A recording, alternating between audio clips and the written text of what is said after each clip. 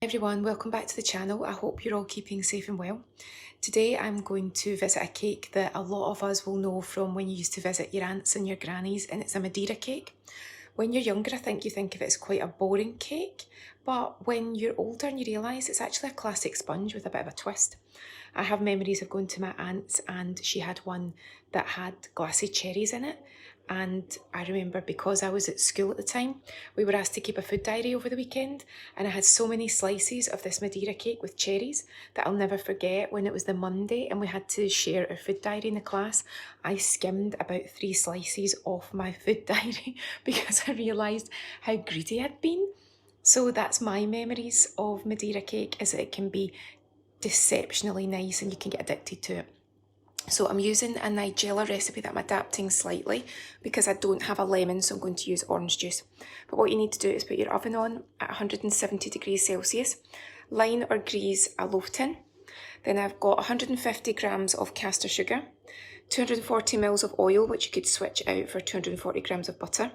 I'm going to use orange juice, but it would be the zest and the juice of 1 lemon, 3 eggs. Then it's 210 grams of self-raising flour and 90 grams of plain. The recipe looks very simple. I've linked it to you in the description, so let's have a go. So I've got the sugar in the bowl, and if you're using butter, you would soften your butter and then cream these together. But for easiness and convenience, and because I think it gives you a lighter cake, I'm going to use the oil. So we'll just give this a little mix through. And ideally, as I say, it would be lemon juice, but we don't have it. It's not the kind of cake, it's not like a lemon drizzle where you can distinctly taste the lemon. So we don't need to worry about whether it's lemon or orange, but it should really be lemon. So I'm just going to add in some orange juice. That'll do. Give that a little mix.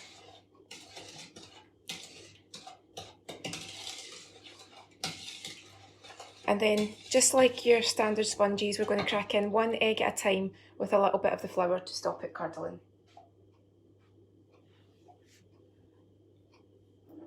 So crack in 1.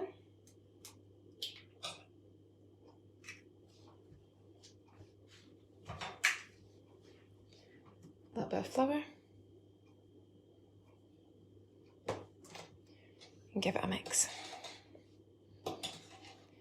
And again, as with all the cakes, don't worry if it looks like it's going a little bit lumpy because it always comes back in the end. So I'll do the other 2 eggs and then I'll come back to you for the next stage, and that's really it. It's so simple. Right, our 3 eggs are in with a little bit of flour each time. So I'll use the plain first.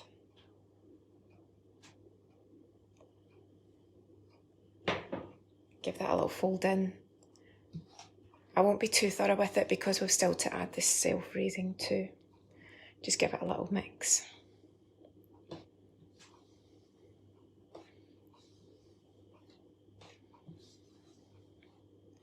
That'll do just to get it started. And then in with the remainder of the self-raising.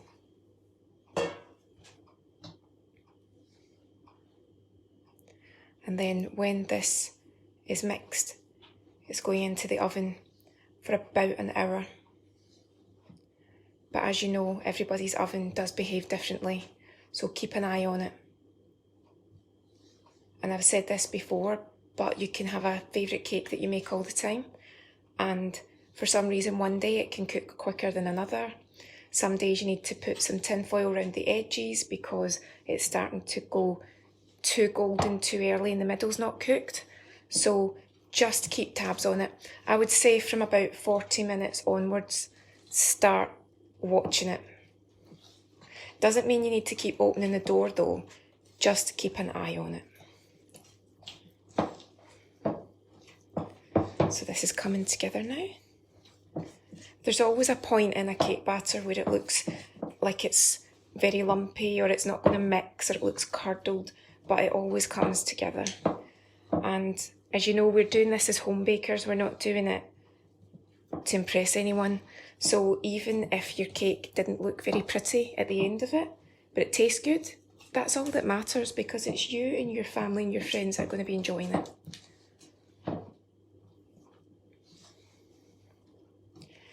Right, that'll do. Looks quite well mixed. Quite a thick batter too. Right, so we'll get that into our loaf tin. And I'm under orders to leave batter, so I won't be scraping it completely.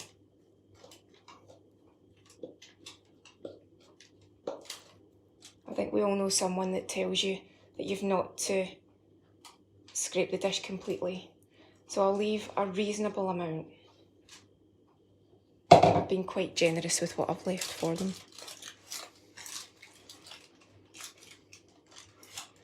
Right, just even that out. And this one can crack on the top, that's normal for loaf cakes, so that's not a problem if it cracks on the top. Don't feel that it shouldn't have done that, it's absolutely fine. Right, that's us. We'll get that into the oven and we'll keep tabs on it, but we're talking about an hour. Right, that is our Madeira cake out of the oven and it's cooled down quite a bit. It actually took 1 hour 10 this one, so it just goes to show sometimes it's bang on time, other times quicker. This one took longer. You could actually just leave it there and that would be it done, but I have some leftover icing for when I did the Empire Biscuits, so a nice Madeira cake's also a nice thing. So this is quite a liquidy icing. I'm going to put this on top, let it set, and I will let you see how it looks once it's set and we've cut into it. Right, there we go. I decided to put the icing on it, but again, that was completely optional. It was only because I had that spare icing from the Empire Biscuits. So it's a Madeira cake, it's nice and light and spongy, and it'll taste great with a tea or coffee. Hope you enjoyed that. As always, let me know your thoughts and if there's any of your go-to cakes that you want to try that you've maybe not had for years, but they just remind you that you actually do love them and you just need to have a go at making them. Have a lovely day and I will see you again soon.